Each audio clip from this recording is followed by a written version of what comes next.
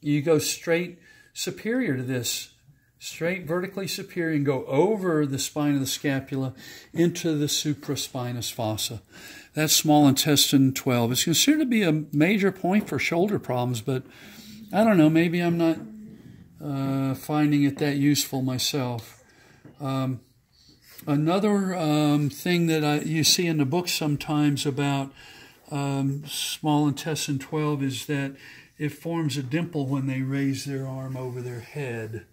So you can find a kind of a good hole right there above the scapular spine. If you raise the patient's hand over their head, you raise it instead of them raising it, okay?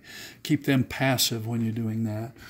And then small intestine 13, you follow the top of the scapular spine until you run into that Nike check mark I was talking about. And the name of the point is curved wall, and it feels like a curved wall there. If you use enough pressure, the mistake people make is not using enough pressure. If you use enough pressure, your finger stops right there at that curved wall, and that's the point.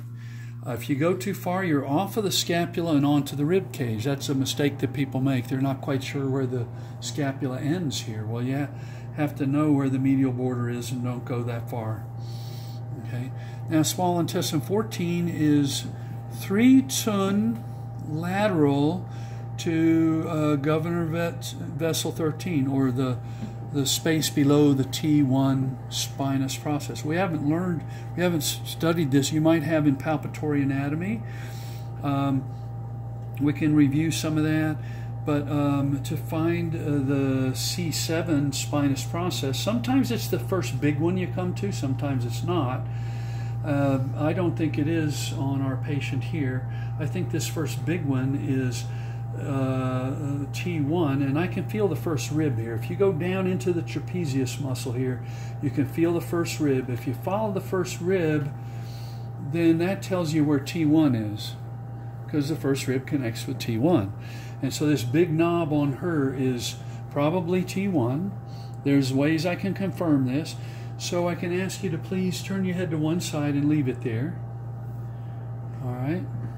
And see, I've got a hold of the spinous process above that. And you see how it rotated when she turned her head? Mm-hmm. T1 doesn't rotate like that. Turn your head back the other way. And you see it came, there we go, and it rotated the other way. And now back to neutral, please. And you see it's lined up, right? So I'm pretty doggone sure that this is the C7 that I have a hold of with my upper hand. C7 spinous process. Just below that is governor vessel 14. And somebody give me a pen and I'll make a little mark there. Governor vessel 14 is right here. Very important point for Wei Qi. All the yang channels meet at this point. This is a really very important point. And you mox at this point if you catch a cold. Not a heat invasion, not a wind heat invasion, but a wind cold invasion. Mox at this point hard. Use 3 moxa sticks, tape them together, and blaze away on that thing, right? And spend about 10-15 minutes. If you do it right, they're going to feel a wave of cold that runs over the top of their head. Wow. And that's the body eliminating that cold pathogenic energy. Okay, so the space below that is governor vessel 13. It's the space below the T1 spinous process. Borrow your pen again. Governor vessel 13. So we need these 2 points to find these small intestine points. So small intestine 14 is 3 ton lateral to governor vessel 13. 3 ton is supposed to be the edge of the scapula, but let me tell you, this is not a reliable landmark. You have people whose scapulae are retracted like this because they got really tight rhomboid muscles, or they have a military posture. They're holding their shoulders too far back. The shoulders shouldn't be way back there. The shoulders should be right over the hips. And you have people whose shoulders are protracted. So If I were to grab a hold here and just do a little traction, I could get this shoulder blade to go wider than 3 tun, right? And in some people it does. The landmark is actually what's called the costal angles of the ribs. They're little bumps on the ribs where the ribs twist and change direction as they wrap around to the front of the body. Little bumps on the ribs. This is the 3 tun line.